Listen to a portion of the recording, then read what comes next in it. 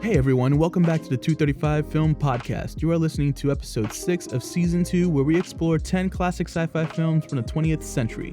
Today, Brandt and I give our polarizing thoughts on John Carpenter's 1982 science fiction horror classic, The Thing. At release, it was condemned as instant junk and thought of as the most hated film of all time. But to its credit, it gained a cult following at home release and has since been lauded as one of the best science fiction and horror films ever made.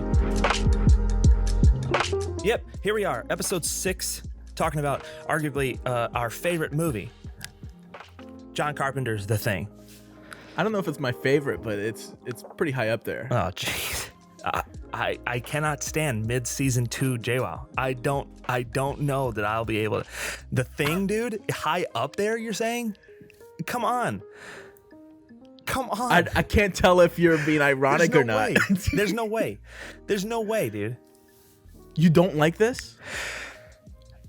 I think. Oh my God. No, please. You constantly take this out of context. It's not that I don't like it. I can't believe there are this is the second episode this season. I can't believe we're gonna have another episode like this. I'm not saying I don't like it, but I'm saying when there's stuff out there, I mean, sure.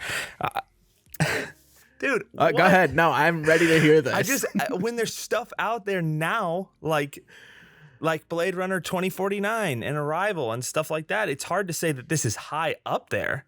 Like, it's high up there for what it is. Sure, you can say that, and it's in that regard. I agree. The Thing is high up there for what it is. Oh man. Okay, if you're talking specifically sci-fi, it's not as high up as a lot of other films, right? If you want to talk just sci-fi generally. Okay, so I could agree with that. What if we widened it to even more general, film in general? I think it takes the sci-fi horror genre or subgenre, whatever you want to call it, to a level that I think still stands up to today. Dude, I don't know. I gotta be honest with you. I can see what you're saying, but I think Alien did that, and this is just riding on the boot heels of Alien. I think that I disagree. I think this goes above and beyond Alien. I don't think so. I think everything. As far as like it leans into that horror aspect so much more than Alien does. Dude, I disagree. Oh, wow. I disagree. Okay. I think that Alien. What was Alien done? How far before this? 5-7 years. Alien came out in 78 78 or 79. This came out, so 4 years before. This came out 82, 79, 82, so 3 years. I don't know, dude. I think I'm not saying it's not a good movie. Okay, here I'll tell you this. I think it rides the line on B movie and like an A-list movie. Would you agree with that? Sure. Yeah. It rides that line really well. And I would even go as far as saying it's probably an A+ B movie. Here, I'm going to come off of that and say that maybe it is to us today, but I think in 82 it was still an A movie. Yeah, and I think I don't know. I think the use of prosthetics is insane. I mean, no, yeah, it is. But what I'm saying is, Alien constructed all of that stuff.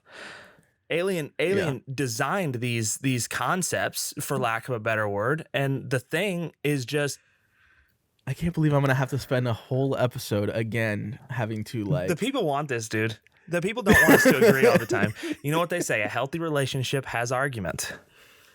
It's just that it's never the other way around. Like, yeah, no, that's because you're a pushover. We're gonna, you know what? You're a pushover.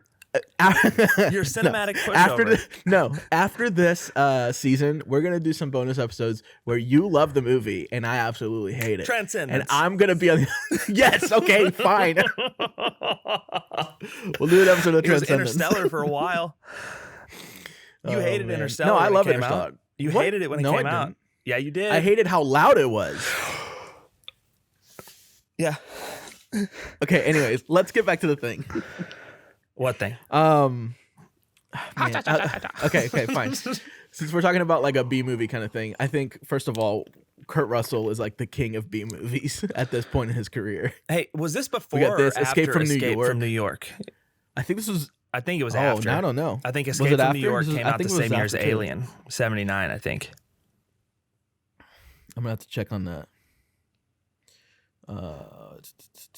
81. So the year before this. Still before, but not that early. It's funny though, because I feel like the character that he portrays in this, not the helicopter pilot specific stuff, but like his vibe that he gives off is kind of that like Escape from New York vibe. Yeah, almost like that conversation we had about Harrison Ford, how he was like almost typecast for the Blade Runner role. Yeah. I kind of feels like Kurt Russell was typecast for McReady's role, you know? Mm-hmm. You disagree with that too? I don't disagree with that. I mean, there's countless characters that Kurt Russell has played that feel very identical. So many, numerous throughout his career. To this day, maybe. No, not so much because he's not that young fella anymore. Not that young fella. Hey, it's actually funny that there's a scene in the film where they have that line laid out in the snow. Yeah.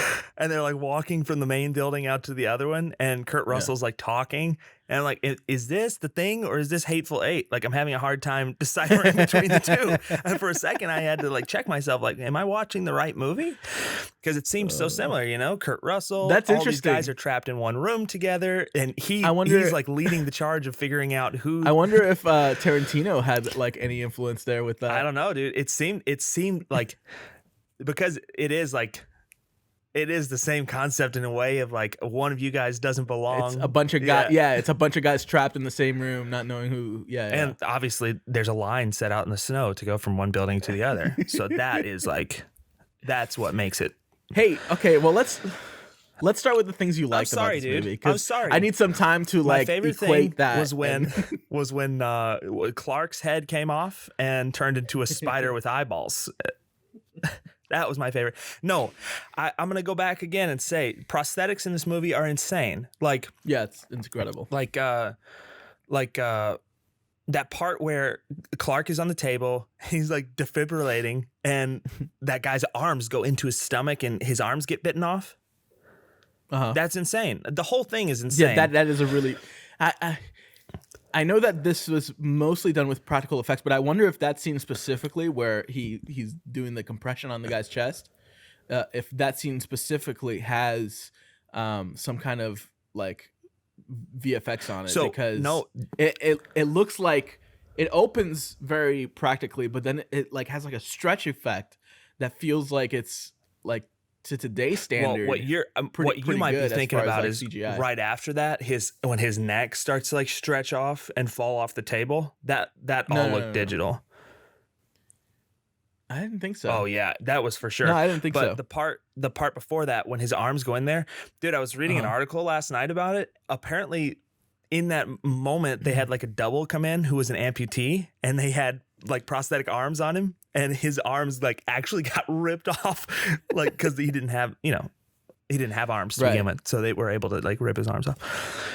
Hey, no, this is very, very good. What as far as like prosthetics and the creature effects on this, it's all very, very, very good. Yeah. You know what's interesting? Well, apparently the guy who did the effects on this, I can't remember his name, and I'm trying to look for it, but I just can't find it.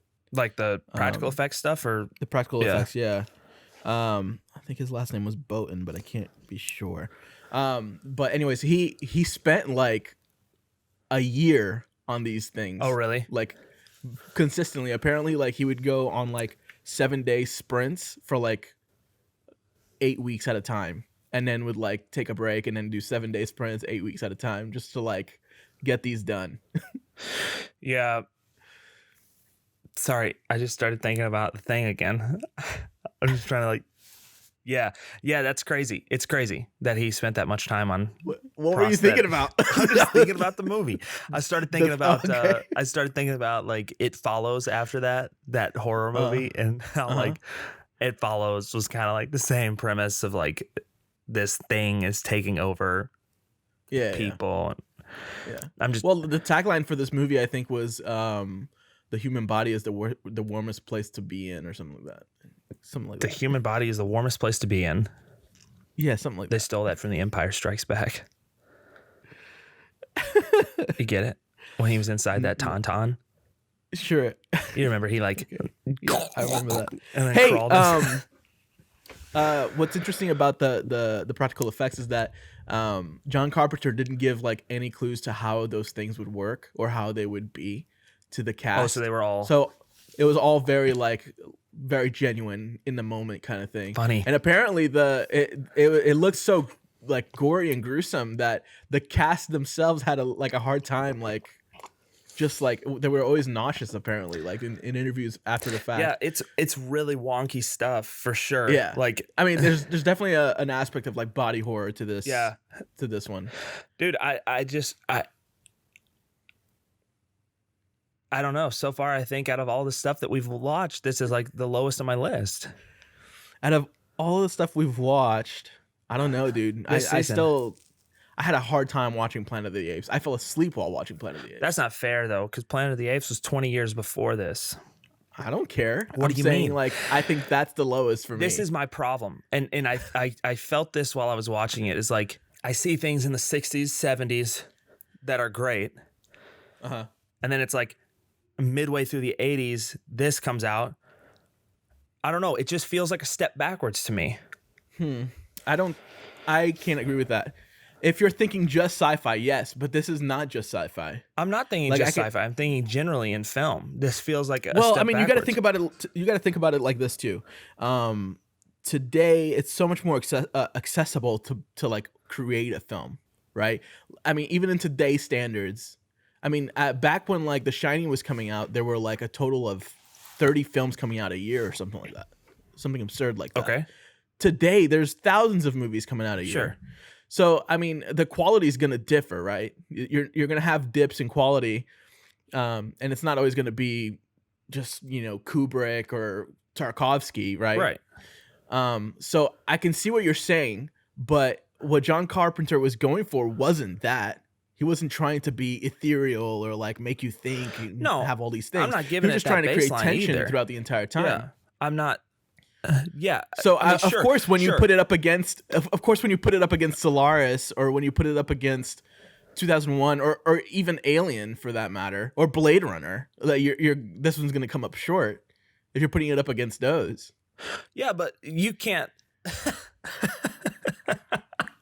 don't understand what you're trying to say. You can't. If all you're wanting is to watch a movie to see people disembodied and like. Oh my God. You know what? You're sounding like the critics when this movie came out. Dude, there is no tact to this movie. There is no depth to plot. There is no depth to characters. Like, I disagree.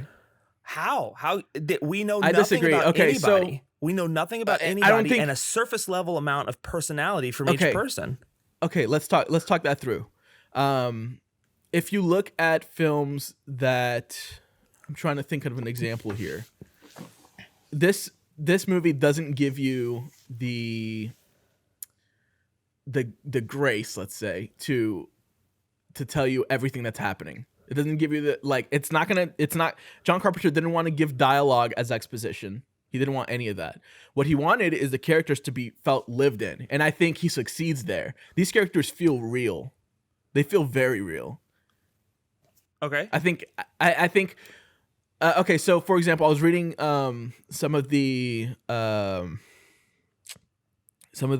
critiques of the movie, of the film when it came out, and a lot of them were saying what you were saying as far as like it doesn't give you any backstory or anything like that.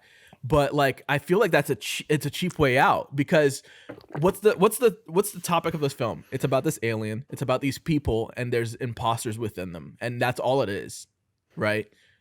And these people are trying to like keep them here, and they're trying to also be like noble and not like let this alien leave, right? Basically, so it doesn't like go out into the world, because apparently in 27,000 hours the whole world will be infected by these things, something like that. Right.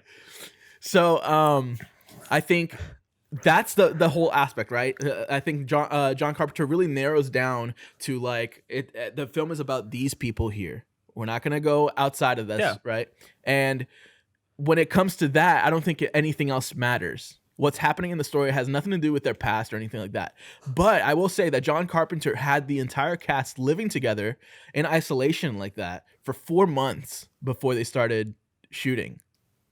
And in those 4 months, they were able to develop their characters, like what these characters are like, their characteristics, what their knacks are, and all that stuff. And I believe that that's the case. I believe that and that's I believe, the case. yeah, okay. But So I think that these characters are very we weren't lived given in. the opportunity to see those things. I don't think that we ever got the opportunity to see that. I disagree. I just don't. I think that all of these characters have their own characteristics. They're all very just a slight glimpse, true to who they are. Just a slight glimpse of it.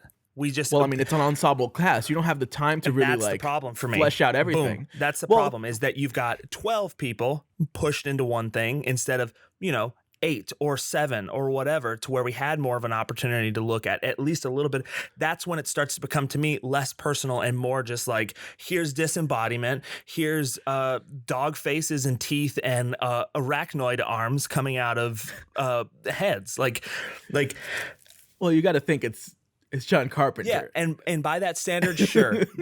If what we're looking at is sheer brutality and sci-fi gore, hit the nail on the head.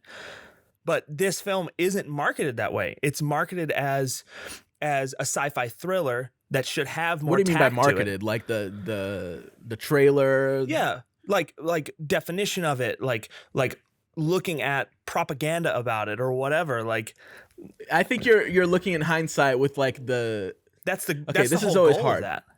This is always hard, right? Because you're looking at a film that's beloved by a generation and generations afterwards as well. It's got a cult following. So this is always going to be difficult because you're coming in with the conception of the film before you watch it, right? No. Is this your first time watching it? No, I'm not. Like, I watched it and did my work. Like, I'm telling you right now, if a film is set up in a way to where I'm supposed to love it because a bunch of other people love it, then it's not doing its job. Right. I don't disagree with you there. Dude, I don't know. I don't disagree with you there. I think there's so much to love about this film. All right, hit me with it. I'm ready. Hit me with it. Just take me through the ropes. Okay. What do you love about it? What makes it A+ for you? Well, I see it as an A+. What makes it movie. A+? Hit me with it. Okay, so let's start I'm there. Ready. You said that this is your top 10. I never said that. What the hell? Hit me with it. I'm ready. Listen, I think the body horror aspect of it is very intriguing. I completely agree. I think it gives me like these like creeps when I'm watching it to this day. And even though this film is it's creepy shit for almost sure. 40 years old now. So I think it holds up against the standard that today has. And most of that is because of practicality in the effects. But also, I think these characters, like I said, are very lived in. And I can see myself as one of them. I don't think these characters are very like... I think in today's standards, we see characters that are quote unquote fleshed out. When in reality, there's just so much going on in those characters that they're not believable. Fleshed out? How do you mean? Like... I mean, like, I feel like screenwriters and directors will sometimes take characters in films to a point where it's like, this is not like a normal everyday guy. Like this hero is like, was a hero before this. You know, he has this like mentality within him, the character and all that stuff. The characters are relatable. These characters are so relatable. Sure. I can agree with that. That's because we can project whatever we want onto them because we're not given anything about them. Oh my God. I agree that they're relatable. And maybe that was Carpenter's approach. But what I'm telling you is personally, as a viewer, I'd just like a little bit more meat there. Sure. You want it all delivered to you on a platter. You I'm don't the want to go last out person who and hunt searches out for exposition. What I want is... I know you are, but I'm just trying to bother you now at this point because, oh man, I can't believe this episode's going to go. No, here's the thing. And let me tell you the problem. The problem is you jump into this and you're just roaring for it to be the best thing you've ever seen because you're a cinematic pushover. It's not. No, I'm not. You love everything and you'll shove everything in. I'm sorry that I don't like transcendence, bro. No, it's not about transcendence, even a little bit. That's okay. Oh my God. Let's disagree. Let's disagree, dude. Let's hang it up here. Here's a hot take, okay? What's up? Here's a hot take. I like Lady in the Water. Nobody else likes Lady in the Water. All right, well. I like Lady in the Water, dude. You know why I like it? There's so much deliverance on characters and personality. I know who Paul Giamatti is watching that. I'm like, wow, I understand why you relate with this character so much because of your past. they give you one glimpse into his past and throughout the entire That was just film. enough. Here's what I'll say. my God. McReady, I feel like I know who McReady is because of the small little pieces that he gave me. Palmer, dude. I guess Palmer too, but like the cook, he roller skates, so now I'm supposed to know who he is? Like, he's a cook who roller skates. I don't understand. Bro, you can't. You're limited in time. You can't give all of it to everybody. Sure, that's fine. It got and I too think big that there are little characteristics. Yes, he rollerblades. Sure. Go No, ahead. you go ahead. No, dude. I don't even. We're gonna sit in silence. It's frustrating. Yeah. Buckle up, listeners. 40 minutes of silence. It's good. I'm not saying it's bad, dude. Man. I'm not saying it's you said it was great. A+. An A+B movie. Let's talk about some things that we like technically about the film. Oh my God. Hey, before we go there, I will say I was talking to you about the critics back in the day when this came out. What's interesting is that E.T. came out 2 weeks before this. So I think that there's like because this movie bombed. Everybody hated this movie when it came out. They were all a bunch of brands. Yeah, I'm sure they were. And apparently, I think it was because obviously it's because of E.T. E.T. has a somewhat similar plot with the alien coming in and all that stuff, right? Yeah, they're basically the same movie. And I think people were they're basically the same movie. So I think people were coming in because E.T. is a totally different shift in tone than this film. Completely different. Yeah. So and one would argue. I mean, Steven Spielberg won like a Peace Prize when he like screened it for some people. Like, so that's the absurdity of like where E.T. is compared to this, right? So when this comes out, I think people were like not in that. E.T. was like a phenomenon. So when this comes out 2 weeks later, people were like, "What the hell is this shit?" Dude, if someone can prostrate this film to me as a body gore like B movie, it's great. Okay, but that's what I'm saying. It's because you come in with a preconceived notion of like this is like one of the great sci-fi films that everybody talks about. Everybody talks about it that way. No, you need to come in totally clean, dude. How am I supposed to come in clean when everyone's projecting on me that it's one of the greatest sci-fi films of all time? That is not the case. It's not the case. You got to take into account. That's how I started. When hold on. When the conversation comes out of like what are some of the greatest sci-fi films of all time? Always number one on the list. No, it's not number one always, on the list, dude. Ever. 2001 is always number one. You're right. Whenever that conversation comes in about like the greatest sci-fi films of all time, I feel like people pepper it with like different subgenres. I agree with that. So if you're looking at like horror, The Thing and Alien are always going to come up within that subgenre. Here's what I'm saying. And I think you could do the same thing with a lot of different genres. Here's what I'm saying. If you look at like a romance, like if you're going to look at romance films, there's going to be subgenres there on the top 10 best romantic films of all time. Here's what I'm saying. Like you're going to have a film like About Time. About Time is beautiful. Yeah, okay. So you're going to have a film like About Time. You're going to have a film like Gone with the Wind, you know? Like those are two totally different things. Here's what I'm saying. I'm saying Alien and John Carpenter's The Thing up against each other. You said they rest in the same subgenre.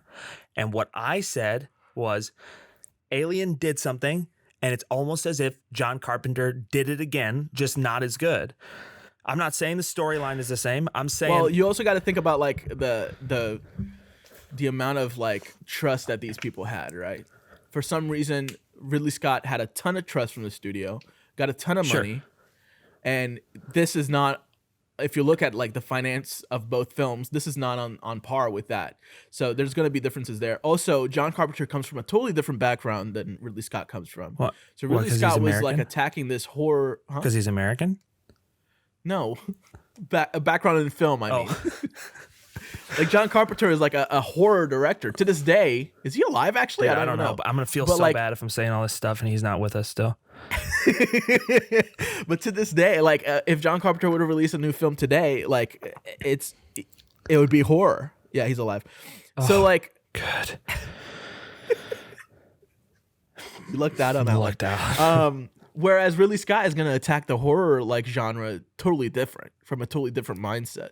So I can't, like, yes, you can compare films to a certain extent, but you can't compare every film or all these films up to each other. There's so much differences here. I agree with you, dude. What I'm saying is, one of the biggest differences, don't get the opportunity to understand all that you just told me. The viewers understand what they're seeing on screen. Oh, my dude, I'm trying to be That's why they're supposed to be trying to be approachable to the people. That's why they're supposed to come to this podcast. Absolutely, I agree with you. And they're going to get both sides of the spectrum here. And this is healthy. This is healthy for our people. You and I agree it's healthy, too but often, like, dude. I lost a little respect with the Alien thing. I'm losing another little bit of respect here. Oh my gosh. I'm telling you right now, Alien is a great film. I'm saying it's not one of the greats. That's what I'm saying. I'm not saying that this is either. No, so I know you're not saying that this is. I'm just razzing your barracks. I think we think about the thing the same, but I think we just approached it from different levels. That's because what you're doing is you're taking every little bit of information you have about it, analyzing it all, and saying an average of all of this stuff, this movie's good for what it is. Tell me I'm wrong, please. You know that it has a lower budget. You know that there's not trust from the production company. Sure, but let's talk about that from a different perspective. Okay.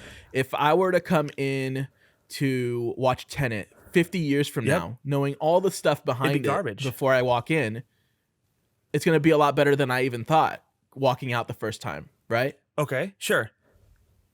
You see what I'm trying to say here? The picture I'm trying to paint? Yeah, but what you're like, I can't go back in time and watch the thing without eyes. Like with scrub your mind. And if I scrubbed my mind and watched the thing, I'd be like, what the hell is this? You need to scrub your mind. And you need to watch the thing with... All right. I guess we can end this episode early. Here's what I'm saying. There's so many things about the thing that I can respect, for sure. I'm not saying it's a bad movie. I'm just saying that it doesn't hold up to other things that we've watched. I think that the thing, for sure. Yep. Yep. That's all I got to say. All right, let's just move on to other aspects of the story. Yeah. I thought it was unique. That there wasn't any sort of like, as far as like story development goes, there wasn't any sort of like tell that would let us know as viewers that someone was like embodied by the thing or not. Sure. So like it was really, a really fun challenge to be able to watch it and think like, oh my gosh. I'm like, I was so like excited to talk about this movie coming in, and now I'm just like, dude, what? Be excited. A little challenge is exciting. No, it's not about the challenge. It's just like anything I'm gonna say to you, you're just gonna like try to find a way to like counter attack it. Dude, no, I wouldn't do that to you. I wouldn't do that to you. Oh, what I'm saying is, I think John Carpenter builds tension really well. I agree with that. I agree with you, and like that it's a fun challenge to see who is the thing and who's not. Dude, I'll tell you, there was a jump scare that had me when he put that hot wire in. To Palmer's blood. Yeah, but it pays off. It's not like I just like myself. So think about So I think about it like in today's horror age, and I'm not talking about like films that are incredible like It Follows or Hereditary. I'm talking about like the really shitty like horror films. Sure, that are out just today. like Blumhouse stuff. Yeah. Speaking of, they're trying to make a remake of this. Yeah, I'm sure they are. This is right up their alley. Anyways, the jump scares don't. Like they're not like how do I say it? Like the jump scares are there just to scare you. I feel like here, especially in that scene, I feel like that jump scare with the blood test is like warranted, and it builds to that moment very well. Like especially the misdirection that Carpenter puts in that scene with like we think that it's what's his name, Gary. Yeah, the like Gary keeps talking about how like this is gonna prove a thing, and then McCready is like, I thought you were gonna say that. We're gonna leave you to last, and then he puts the thing and it's boom right there. So I think he really creates like this really beautiful like tension there in that scene. And I feel like that scene is very iconic. Just that blood test scene itself. Yeah, I can definitely see how that would be the case. I think that was really well done. It's funny because I was watching back through that after that scare happened. We almost see Palmer. I think we see Palmer one time in that whole scene. So it's like it's almost as if before he gets to like his blood, it's almost as if like he did the work to take Palmer out of our minds just in general. So when he got to it, it's like, okay, Palmer's no problem. Let's like do it and move on. And then you're like, the other thing that's interesting is that like it almost in that scene, especially, it almost feels like some of these characters don't know if they're the thing or not. Like they're afraid of like finding out that they're the thing. He had no idea. It was like when his blood got tested, it was like the sigh of relief. And you know what's funny though? What's really funny is that no problem. Carpenter didn't tell them who was the thing while they were shooting. Oh, really? Yeah. So like they didn't know who was going to be the thing until like it was like right before the scene, and they knew that they were going to be the thing. You know what I mean? That is so funny. So like in a lot of those scenes, like their reactions are pretty like they don't know. They're not sure what's going on. Yeah. Here's what I'll say. They just like roll with it. Here's what I'll say. If someone had told me from the beginning that The Thing was a horror movie and not I went in expecting that The Thing was sci-fi from the beginning and horror was kind of like a sideshow, and it's not the case. We're bringing him around, ladies and gentlemen. We're bringing him around. It's a horror movie. It's a horror sci-fi. Like, sure, I guess you could say it's a. I'm looking at the Wikipedia page here, and it's saying it's a 1982 American science fiction horror film. Maybe if it was horror science fiction, horror sci-fi, you would appreciate it more. Yeah. Yep. Because of what you're saying, in conversations that come up, we talk about sci-fi movies, and The Thing comes out as one of those. And then I start thinking, okay, then I start thinking, oh yeah, it's like an alien movie, like E.T. You know E.T. Came out just 2 weeks before. Hey, is this your first time watching The Thing? This one, yeah. Yeah. Yeah, that's interesting.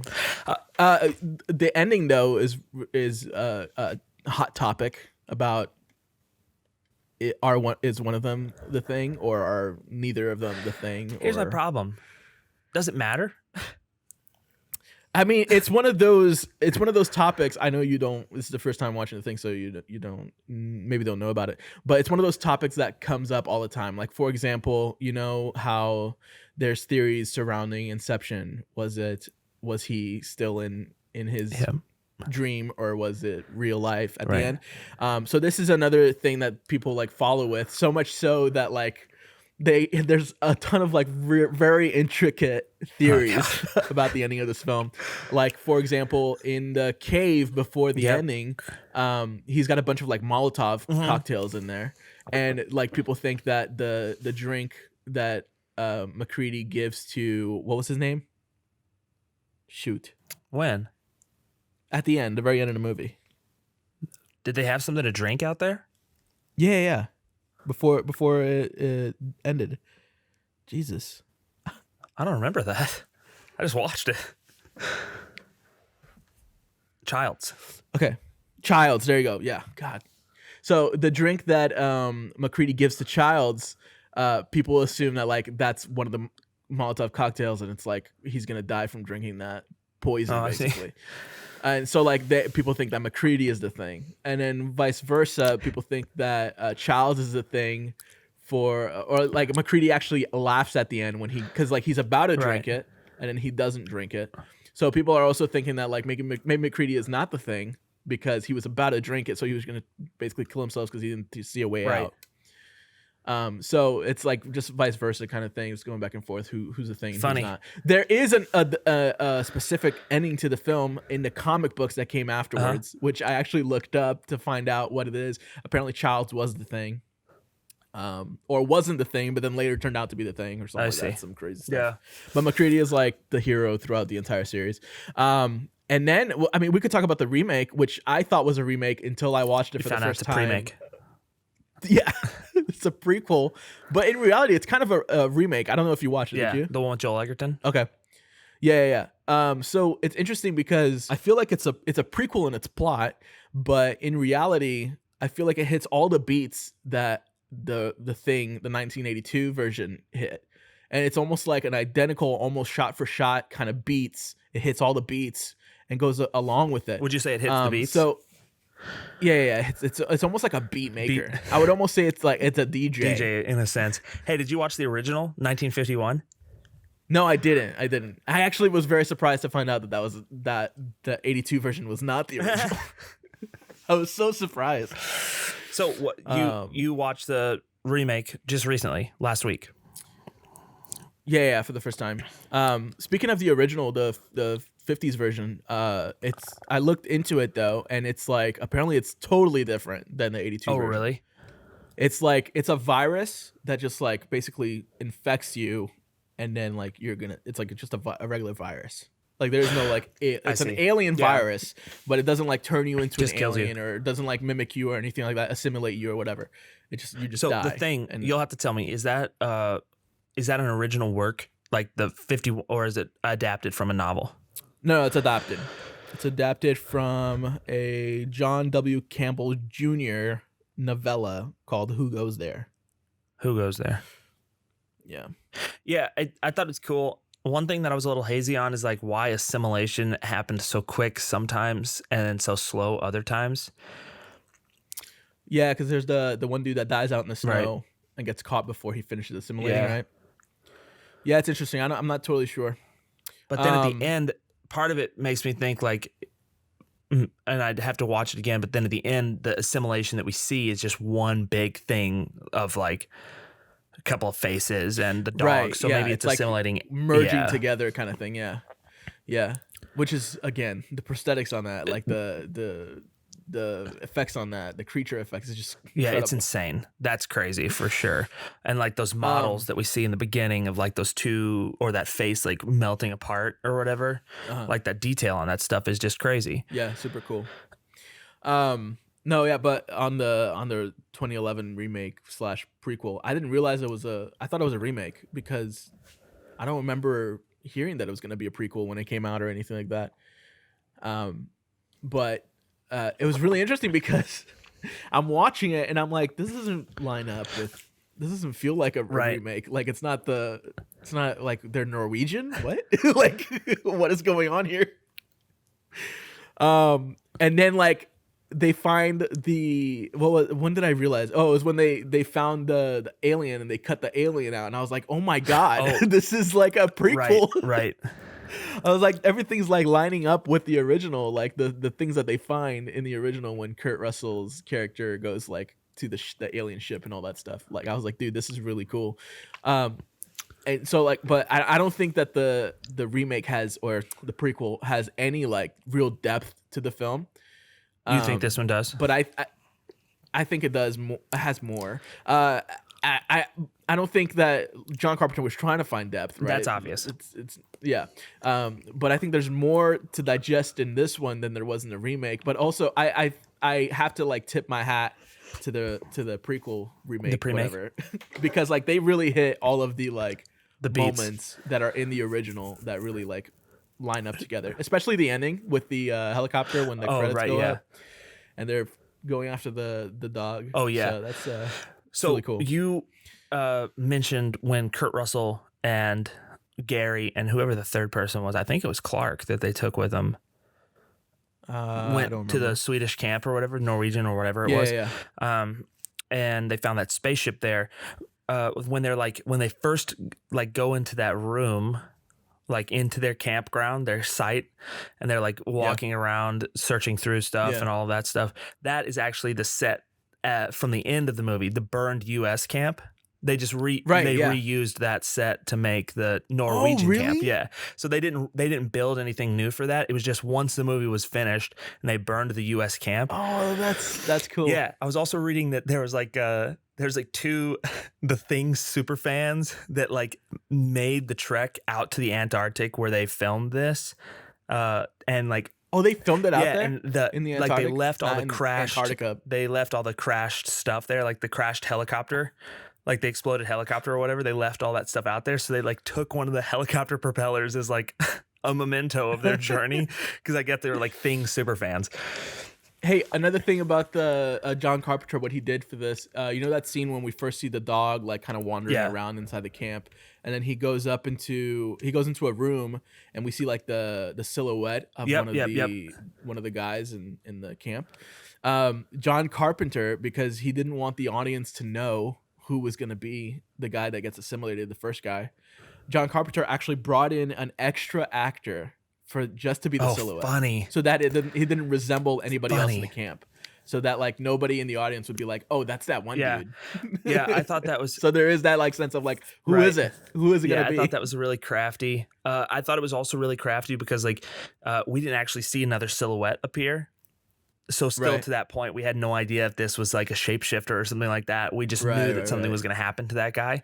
So I thought that was pretty unique because a lot of times we'll see like I think about Harry Potter and the Sorcerer's Stone when I think about this, but like we'll see Professor McGonagall like transfigure from the cat, but it's just a silhouette. Yeah. So that gives us some sort of insight on what's happening, but without the use of effects, you know? Yeah. It's easier too, right? Like when you're a little bit if you're a little bit limited on either what the technology can do or like in budget, like it's just easier to do it like that. Craftiness wise, I thought that was really unique. It adds that kind of pressure that you were talking about like the suspense aspect of this being a sci-fi horror. Like we see that and maybe it's because we've seen stuff like that today already, but we're like, oh man, like yeah, it's good. Yeah, maybe one of the best I've seen. A+ even. A+. Oh yeah, it's a good time. I'm trying to think of something else that I wanted to say, but I don't remember it right now. Oh, you were mentioning that they shot. I didn't know that they shot out in those conditions, but I know that the interior shots, they were all done in like John Carpenter wanted the actors to feel like they would really there, so they lowered the temperature to 40 degrees the entire time. Funny. Yeah, another thing I read was like in the beginning when the helicopter's like going over and it's like chasing the dog. There's like that loud wind blowing sound. They went out to like one of the valleys in Utah or something and filmed like or like recorded wind blowing through like the dude. What? That's valleys, so funny. Like it's so funny. Like when we talk about Kubrick and he's doing the like breathing sounds for the astronauts. It's just so funny how some directors have a very specific idea of what they want. Like so he's like he knows what he wants the wind to sound like, and I mean it's obvious that the wind wasn't blowing there because it was barren, but. I think it's just directors are like have this sort of vision, like they are visionaries in a way. And like, I mean, when you look at Kubrick and John Carpenter, I mean, there's a significant difference, right? But John Carpenter is a visionary in his own right with what he did with the horror genre. Completely. Yeah, I mean, what's his lineup? He's got Escape from New York, Big Trouble in Little China. John Carpenter? Yeah. He did Escape from New York? Halloween, I didn't know that. The Thing. Yeah. In the Mouth of Madness. I think those four are the only four. The guy's like a legend, I feel like. Yeah, I mean, Escape from New York's not a horror movie. No, I wouldn't say. That's more of like a sci-fi adventure. Right. Big Trouble in Little China. That's with Jack Nicholson, right? Yes. Yeah. But I mean, he's what he did with the horror genre itself is just pretty incredible. You know, thinking about his lineup, he does have a pretty good handful of diversity. Like he's that's not something you can say about a lot of directors, to be able to make a movie like Halloween, but then also The Thing, also Escape from New York. Like that's a diverse filmography. Yeah. So I mean, Big Trouble in Little China is in his own right an incredible film. Tip my hat to him, and it's totally outside of that genre. Right. Any of those genres. Right. So yeah, because like Halloween is just sheer horror. Yeah. Sci-fi adventure. Oh, he did Ghosts of Mars. Ghostbusters of Mars. Which isn't very good, but yeah. It's an interesting take. What? I'm going to reverse it. I'm going to reverse what I said, dude. No, I'm serious. By no means do I think that this is a blockbuster. I don't think that this film just rips, but now that I've got all of the excess information and like I've heard your perspective on it, like obviously it's respectable for the position that it holds. I'll say that. How does that sound? No, yeah. I'll take it. I'll take anything. Okay. Yeah, I mean, I don't hate it. I never did. But what I was doing was I was assessing it as a sci-fi movie because I thought that our season was called Sci-Fi Which is what I was trying to get you out of. Like, because I knew that's what you were doing. I was just trying to get you out of that mindset. Bad. So. That's my bad. But I mean, am I right? Oh man. Hey, no, yeah, I really like this one. The remake / prequel, not so much. Yep. And I hope they don't make a remake for. They say this, say that Blumhouse is trying to pick it up. Right, but I hope it fails because why? Right. Why? Because I feel like if they were to do this today, I doubt that they would do practical effects. Right. Yeah. I mean, what they did with the prequel was not. There was not a lot of. You know what's funny is I was reading about the prequel and the director of the prequel, which I can't pronounce his name because it's like some form of like Nordic. Oh, sure. Name. Yeah. So, he wanted to give his like respect to the original and using like practical effects, and a lot of those scenes were shot with practical effects, and then they were replaced with CGI. Oh, I see. By the studio. So, bummer. Yeah. So like that's what I'm saying. Maybe like we should do a remake, dude. They were to make, no, let's not. Come on, you love this so much. You have the passion for it. Yeah, I think it's A+. A+ for its subgenre. No, yeah, this was fun. I'm kind of relieved that we're not doing another horror sci-fi this season. Yeah, I feel pretty. Just because I feel like we've gotten our fill. I feel like between this and Alien. And they have very much a lot of differences between them, but I just want to get back to like the real science stuff, like real sci-fi. Yeah, me too. Obviously, sci-fi horror is not my genre. Yeah, it's not your cup of tea. Yeah. Well, I'm trying to think of like a modern sci-fi horror movie because I feel like I'd like it. Yeah, I'm trying to think when but it doesn't really seem like.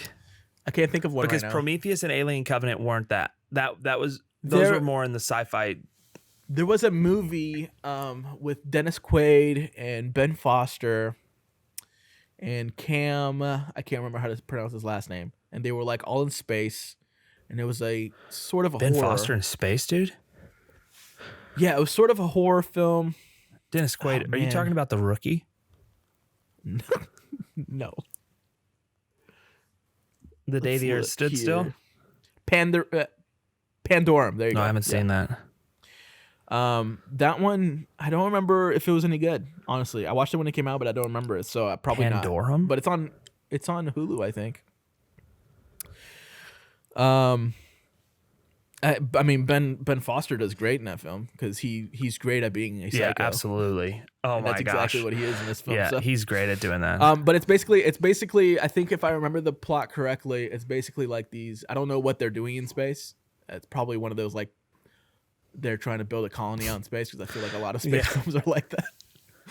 And they're in space, and then one of the crew kind of starts going like gets space like starts going crazy in space, basically, kind of like Solaris in a way, and just kind of goes off the rails. It's an interesting watch. I'll probably try to rewatch it. Pandorum. No, I haven't seen it. Holds up. But yeah, I can't think of any other sci-fi horror off the top of my head right now. But anyways, bummer. Hey, last week I told you I was gonna watch Hereditary. How'd it go? Did you watch it, dude? So last night I had it on, and it was probably like around 1 a.m. and I got to the scene where Toni Collette's Toni Collette's character. It's after a funeral, and Toni Collette's character like turns off the light in her workshop, and then like her the grandma's right there. Yeah, I turned it off right after that. Oh, dude, you barely got into it. What, bro? It was 1 a.m. It was dark. My doors were open, and it was very pitch black in there, dude. And I got the jitters, man. That was like I need to watch it during the daylight. I have to. It's just one of those movies that I gotta watch during the daylight. Dude, maybe today's the day. Yeah, I think we're gonna end here, and then I'm gonna finish Hereditary. Yep. So I'll give you an update. You've only got a full hour left of the next movie. Week. Yeah.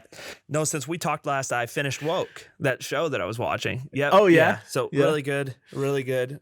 I haven't started it It's yet. super good. I did start. So I turned off Hereditary, and then I watched season 2 of Criminal. Oh, on yeah. Netflix. Criminal UK. Great. Yeah. Pretty great. So Is season 2 also 3 episodes? 4. 4 episodes. We watched season 1. Really good. That episode with Haley Atwell in it was super good. Yeah. Really good, yeah. Oh, the last 3 episodes are fantastic. Really? The last episode's really good. Shoot. There's an episode with Kit Carrington. Yep. There you go. And there's an episode with that girl from the mom in Friday Night Lights. Oh, the yeah. show. From Nashville. I can't remember her. Yep. Yeah. I can't remember her name. She was also but she in, plays like a British woman, and I'm like, is she British? No, because she was also did a in really good job. in that FX show, American Horror Story. Oh yeah. Nashville. But yeah, no, that was good. But I'll finish Hereditary and let you know what I think. Yeah, dude, I'm excited to hear what you think because, oh man, what a bummer. You've barely gotten into it. Oh my gosh. It's so funny to me that you're not a big fan of the sci-fi horror, but you love horror itself. Here's why. I feel like sci-fi horror is so tasteless to me. No, just hear me out. I feel like what I've seen from directors like Jordan Peele and Ari Aster and Robert Eggers are so like deep and involved. By no means am I saying that I love the seed of Chucky and like shit like that. I'm talking about like movies, horror movies that have subgenres within them. You know what I mean? Like Sure, I'm not talking about surface level. Like sci-fi. Oh my gosh. No, these sci-fi horror films are and Alien I feel like breaks that a little bit. Like looking back at it, it's not just horror. All I was saying was I feel like sci-fi kind of sidestepped a little bit to where horror was at first, and then it's still got that character development and storyline and all of that stuff that I could look out for. The Thing just feels like horror. You know what I mean? Like, have you ever seen Cabin in the Woods? Cabin in the Woods is great. It's great. awesome. I love it. Yeah. And it's really it's like it's a horror movie, but also a comedy. And it's making fun of like all the tropes in horror films. That basically. is craft. Like Hereditary is craft to me because so far, The Lighthouse. dude, The Lighthouse is craft. Are you laughing right now? The Lighthouse is craft, dude. I It's agree. insane. Yeah. Because it's not just a horror movie. It's also It's got it's a everything else psychological intertwined, mind bender. Yeah. Also, I'm really drawn I agree to with you. isolation, like psychotic stuff. Like I love the concept of people going crazy because of isolation. That's like a theme that I'm on, I guess. Oh, what's another film with that? Solaris, 2001: A Space Odyssey has themes like that. I mean, you know, just those. Yeah. The Lighthouse. What else? Shutter Island, dude. Shutter Island, to an extent, yeah. Dude, Shutter Island, I was actually thinking about that. Why was it? What was the movie we talked about last week? What we were talking about was one of our upcoming seasons. We were gonna do like a best because of. we talked about we should do that. Hold on. We were talking about The Outsider from HBO last week. That's what it was, because I had watched that. And Dennis Lehane was like he wrote a lot of the scripts for those episodes. And he wrote Shutter Island. That's why I was like, why was I thinking about Shutter Island recently? No, we should do an episode or a season, where we talk about like our faves. We'll just pick like our top 3 individually. And maybe we should bring on like some guests. Maybe so. That's not a bad idea. Have their favorite. Yeah. That'd be fun. Anyway, at the end of it all, The Thing is an A+ B movie. Yeah. Wouldn't you say?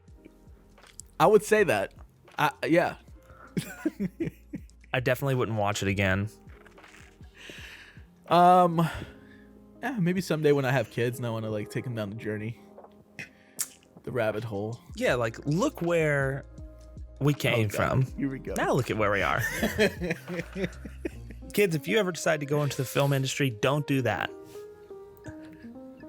Anyways, I think that's all we got to say for this. Yeah, I think so. I think that's it. That's all she wrote.